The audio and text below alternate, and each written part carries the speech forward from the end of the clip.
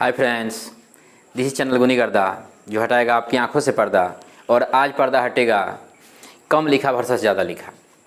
अब कम लिखने का मतलब कम पढ़ने वाले से, यानी कि पढ़ाई और लिखाई दोनों साथ साथ होती है। तो यहाँ हम कम लिखने का मतलब है कि जो कम पढ़ा और कम लिखा हो, और ज़्यादा लिखने का मतलब हुआ कि जो ज़्यादा लिखा और ज़्यादा पढ़ा हो। अब ये बात अलग है कि कभी कभी कम लिखने वाले ज़्यादा पढ़ लेते हैं या फिर ज़्यादा लिखने वाले कम पढ़ लेते हैं। तो हम तुलना वैसे आदमियों के बीच नहीं करेंगे। अगर कहीं ज़मीन आसमान के बीच तुलना की जाए तो ये भी उचित नहीं होता है। अगर कहीं एक पढ़े लिखे और एक अनपढ़ के बीच तुलना की जाए तो ये भी उचित नहीं होता है। एक सफल और एक असफल के बीच तुलना की जाए तो ये भी उचित नहीं होता है।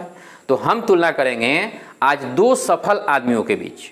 और सफल आदमी में कैसे आदमी, यानी कम लिखा वर्सेस ज़्यादा लिखा। आपके क्लास में, कॉलेज में या फिर साथ में प्रतियोगिता परीक्षा की तैयारी करने वाले में दो प्रकार के बच्चे होते हैं। एक तो ऐसे बच्चे होते हैं जो कि कम लिखते हैं, और दूसरे वैसे बच्चे होते हैं जो कि ज़्यादा लिखते हैं। जो कम लिखने वाले बच्चे होते हैं उनके पास बहुत बहाना होता है, यानी कि नहीं लिखने के 100 बहाने होते हैं, तो अपना बहाना ढूंढ ही लेते हैं।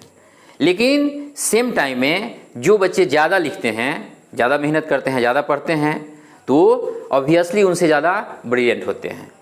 तो ये क्लास और कॉलेज पास करने के बाद मान लीजिए कि जब एक ही कंपटीशन, किसी कंपटीशन की तैयारी करते हैं, जैसे कि मान लीजिए कि बैंकिंग की ही तैयारी करते हैं, तो बैंकिंग की तैयारी करते हैं तो उसमें दो पोस्ट होता है। एक होता है क्लर्क का, दूसरा होता है पीओ का। तो क्लर्क का जो पोस्ट होता है वह उसका एग्जाम थोड़ा सा ईजी होता है, और पीओ का एग्जाम होता है उसका एग्जाम क्लर्क के मुकाबले टफ होता है। तो जो कम लिखने वाले बच्चे होते हैं, कम पढ़ने कम लिखने वाले बच्चे होते हैं, वह क्या बनते हैं, वह क्लर्क बनते हैं। और जो ज़्यादा लिखने वाले, ज़्यादा पढ़ने वाले बच्चे होते हैं, वह उस बैंक के मैनेजर बनते हैं। तो जब उनकी नौकरी लग जाती है, अब मान लीजिए कि एक ही बैंक में दोनों की नौकरी लग गई, तो जो क्लर्क बन के जाते हैं वो बेचारे दिन भर लिखते हैं, किसको लोन देना है, किसको नहीं देना है, किसका कितना पैसा लेना है, किसको कितना देना है, किसका एटीएम कार्ड इशू करना है, ये सारी चीज़ें, किसका चेक बनाना है, किसका ड्राफ्ट बनाना है, ये सारी चीज़ें क्लर्क के जिम्मे होती है।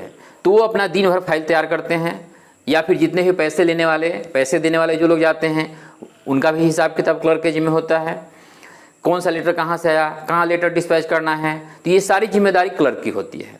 तो क्लर्क बेचारा एकदम टेंशन से पागल होता है दिन भर।